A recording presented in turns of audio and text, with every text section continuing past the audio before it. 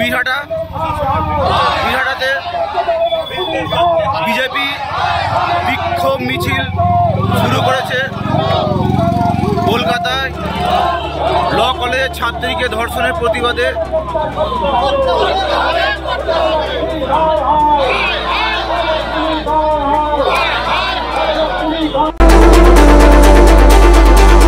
Comrade বন্ধুগণ, আপনারা জানেন কলকাতার একটি ল কলেজে ল পাঠরতা ছাত্রীকে তৃণমূলের নেতাদের দ্বারা ধর্ষিত হয়। আপনারা দেখছেন এফওবি নিউজ। এফওবি নিউজ মানে আপোষহীন স্বচ্ছতা। আর জি কর মেডিকেলের পর সাউথ ক্যালকাটা ল কলেজ ক্যাম্পাসের গার্ড রুমেই আইনের ছাত্রীকে গণধর্ষণের অভিযোগ।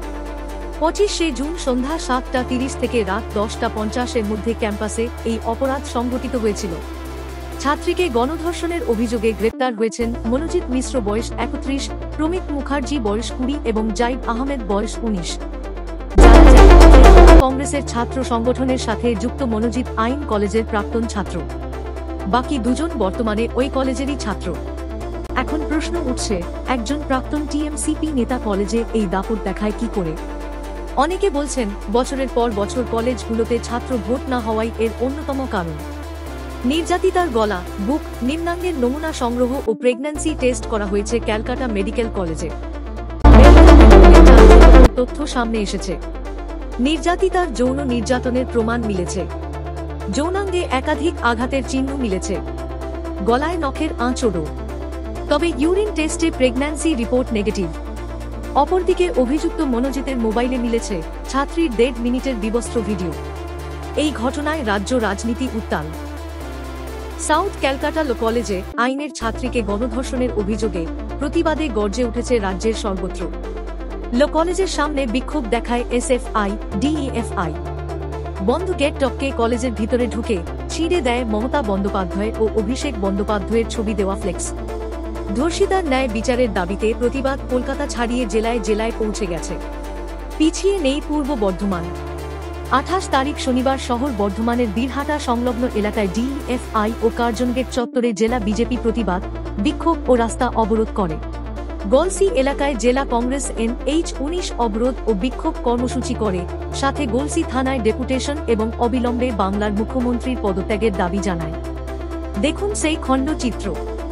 শহর বর্ধমান থেকে অনুপ কুমার দাস ও গলসি থেকে শেখ আজহারউদ্দিনের রিপোর্ট, এফওবি নিউজ। ওই তৃণমূলের নেতৃত্ব তারা ধর্ষণ করে, শুধু ধর্ষণ নয়, নারকীয় ঘটনা। যখন সে ধর্ষিতা হচ্ছে তার সেই ভিডিওটাকে, সেই নগ্ন অবস্থায় ভিডিও করে তারা একদম পৈশাচিক আক্রমণ। তারপরে তাকে অফিস টিকে করে সেই মহিলাকে মারা হয়। এই জায়গায় আমরা প্রতিবাদ করছি। এটি তৃণমূল করতে পারে, কিন্তু এই অত্যাচারিত হওয়ার তো কোনো হওয়ার কথা নয়। তাই আজকে আমরা পথে নেমেছি। আপনার নাম? আমার নাম সুবর্ণা ব্যানার্জি, আমি সারা ভারত গণতান্ত্রিক মহিলা সমিতির জেলা সম্পাদক। আইন কলেজে একজন ছাত্রীর যে সঙ্গে যে জঘন্যতম অপরাধ করেছে টিএমসিপি ছাত্র পরিষদের মাননীয় দণ্ডমুণ্ডের কর্তারা, তার বিরুদ্ধে আমাদের আজকের এই আন্দোলন। আমরা দেখেছি রাস্তা অবরোধ করলো। হ্যাঁ, দীর্ঘক্ষণ তো যানজট হলো। যানজট তো হলো। কিছু মানুষকে তো একটুকু তো দিতে হবে। যেই মেয়েটার সঙ্গে অন্যায়টা হয়েছে তার বাড়ির লোকেদের অবস্থা ভাবুন তো, কি করে স্বাভাবিক জনজীবন তারা ব্যস্ত রাখতে পারেন? তাদের মনে কি একবারের জন্য আসছে না যে আজকে তাদের বাড়ির মেয়েটাও নিরাপদ নয়? আপনাদের দাবি কি? আমাদের দাবি, যে সমস্ত দোষীরা তাদের সম্পূর্ণভাবে নিরপেক্ষ দৃষ্টিতে দেখে তাদের সম্পূর্ণভাবে শাস্তির ব্যবস্থা করতে হবে। সব থেকে বড় কথা হচ্ছে, আমাদের সব থেকে লজ্জার বিষয় যে আমাদের রাজ্যের মহিলা মুখ্যমন্ত্রী, এটা আমাদের সব থেকে লজ্জার বিষয়। একজন মহিলা মুখ্যমন্ত্রী হয়ে সেই রাজ্যের নারীদের উনি নিরাপত্তা দিতে পারছেন না।